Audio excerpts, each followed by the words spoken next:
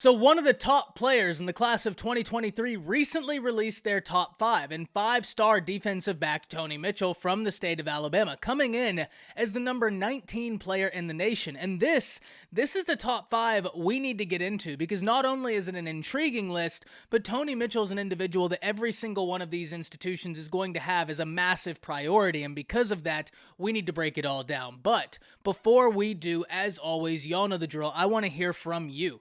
Hop down to the comments, Y for yes, N for no, and given that Tony Mitchell's a five-star defensive back from the state of Alabama and that the Crimson Tide are listed in the top five, do you believe that Nick Saban and company will be able to keep the five-star defensive back home? And if the answer is no, let me know where you think he goes and plays his college football. If you are new to the channel, be sure to subscribe, hit that bell notification. I do constant college football content. You don't want to miss any of it, and I'm on my push to 15,000 subscribers, and I'd love to have you a part of the community. If you did enjoy the video, like and comment down below, as those interactions, though seemingly small, are massively impactful to content creators such as myself in growing our channels and getting picked up and maintained by the YouTube algorithm. But with all that being said, let's hop right into this. And in order for us to understand this recruitment battle, we first have to understand the five teams present. And those five teams in no particular order are the Alabama Crimson Tide, the Texas A&M Aggies, the Florida Gators, the Georgia Bulldogs, and the Oregon Ducks. And the first thing that stands out to me on this list is the heavy presence of SEC schools, with four of the five schools being from the SEC. What's more interesting to me is if we look at the non-SEC school here, the Oregon Ducks, their new head coach is the former defensive coordinator for the Georgia Bulldogs during Georgia's national championship run, which leads me to believe that that was a very positive relationship that Tony Mitchell had established with Dan Lanning when Dan Lanning was with Georgia, and that positive relationship was able to transition with Dan Lanning in his transition.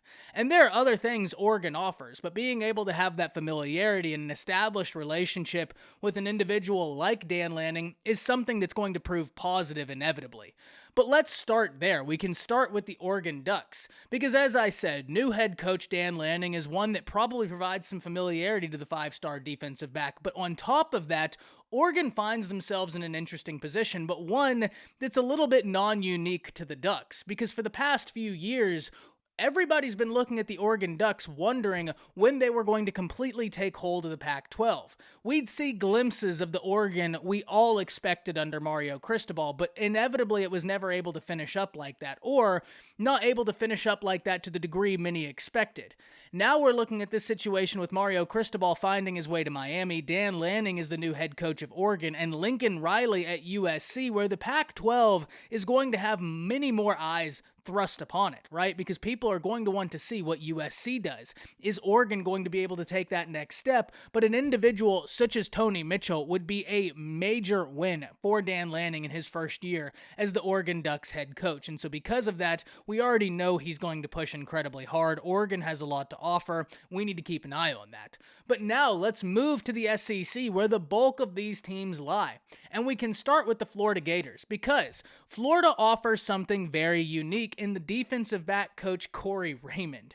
Corey Raymond has been a thorn in the side of so many institutions for quite some time. And when he left LSU, I'm sure many Alabama fans were rejoicing because even though Nick Saban has gotten countless wins over LSU, everybody knows that whenever you're recruiting a defensive back and Corey Raymond is the recruiter you're going up against, you know you're in for a tough battle. Go and check the laundry list of guys he's been able to bring into whatever institution he's at. He's a phenomenal recruiter. He's great at developing, and because of that, anytime you see his name attached to a defensive back battle, you know you're in for a real serious battle, but that makes it all the more entertaining for us, the fans. On top of Corey Raymond's presence, Florida is in an interesting situation. And I don't just mean the Florida Gators. We're going to focus on them now, but the entire state of Florida is in an interesting situation. We'll talk about that at a later date. But focusing in on the Gators, you have Billy Napier making his debut as a head coach in the SEC with the Florida Gators. So expectations are going to be high. Florida's a team that the fans expect a lot out of the program, and deservedly so. And Tony Mitchell would be an absolute win in being able to satisfy some of those early expectations, especially on the recruiting trail. Florida's going to have to try and lock down their own state, but nonetheless, if you're able to keep a lot of your talent home and extend into a rival state such as Alabama and grab talent from there, you absolutely do so, no questions asked. Moving forward, we have the Georgia Bulldogs, who are breaking in a new defensive back coach themselves, but ultimately at the end of the day, with Kirby being a defensive-minded guy, we tend to think that Georgia's defense will be fine, and they have a ton of athletes everywhere. But getting in Tony Mitchell would be a major win for the Bulldogs. Let's get that very clear, and especially for Fran Brown, the new defensive back coach finding his way from Rutgers. For Fran Brown, this would be an absolute win because not only would you get to bring in a 5-star defensive back, but you would get to have a victory over the Crimson Tide for a prospect in their home state. On top of that, you'd be doubling down by not only pulling a kid out the state of Alabama who's a 5-star defensive back, you'd have kept him away from Corey Raymond, which really is a double win in this circumstance. So that's something we've got to watch. Georgia coming off of a national championship is going to have a lot of hype, and deservedly so. Georgia coming off of a national championship in the fashion they won it, with the defense being the prominent factor for that team, is going to be a compelling factor for a lot of these defensive recruits, Tony Mitchell included. Next up on the list, we have Texas A&M, and this is one we've got to watch. Texas A&M put together a phenomenal class this past recruiting cycle, and one of the things they were able to do is bring in multiple different defensive backs, whether we're talking about the safety position or the cornerback position, and that class was headlined by 5-star Denver Harris out of North Shore in Texas. So Texas A&M was able to double down, get that 5-star last year, but they're not done. They want more talent for that defensive backfield, and understandably so. As college football, and inevitably football, is moving more and more towards an offensive game, you're going to need all the talented DBs you can get, and Tony Mitchell would be a massive help for Texas A&M. At the end of the day, one of the things I'm most intrigued about is what Texas A&M's recruiting class is going to look like as a whole this year, with all the talent they got in last year and with the ever-changing landscape of NIL. But at the end of the day, we do know that Texas A&M is a real threat here. They are a force to be reckoned with because of what they did on the recruiting trail last year.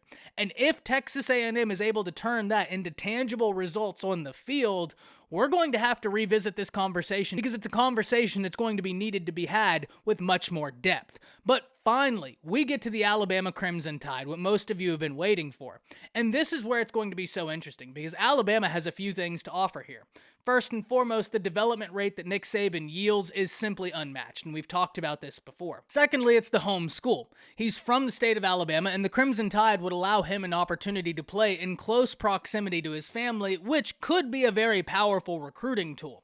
The next thing I really like about Alabama's chances is Nick Saban himself, right? And that's something that Tony Mitchell has mirrored, calling Nick Saban the GOAT, and the opportunity to be coached by Nick Saban, who's so prominent in being able to develop defensive backs, is one that's hard to pass up for these high school prospects, especially one from the state of Alabama. And lastly, we're talking the position coaches in Travaris Robinson and Charles Kelly. Two guys that, their names are synonymous with success. Travaris Robinson making his debut for the Alabama Crimson Tide as their new defensive backs coach, but this is an individual that's been able to recruit at every stop he's been at. I thought the Robinson hire was a slam dunk. This dude is going to be a major win for the Crimson Tide, and we're already seeing it. Both the commits for Alabama's class being defensive back guys, one of them being a 5-star from the state of Alabama.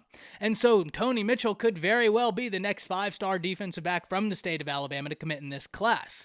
So whenever you look at this, these 5 institutions are intriguing. Every school has something to offer, but being that Tony Mitchell is from the state of Alabama, being the development rate the Alabama Crimson Tide have, the fact that Nick Saban is a legendary defensive back coach, an all-time great defensive back coach, the ability to be able to be coached by him, the GOAT, and then be developed in your home state school, that's something that's going to be intriguing. It's something we've got to watch. But ultimately, at the end of the day, I'm very interested to hear from y'all. If Tony Mitchell doesn't stay home for the Alabama Crimson Tide, where do you think he ultimately goes?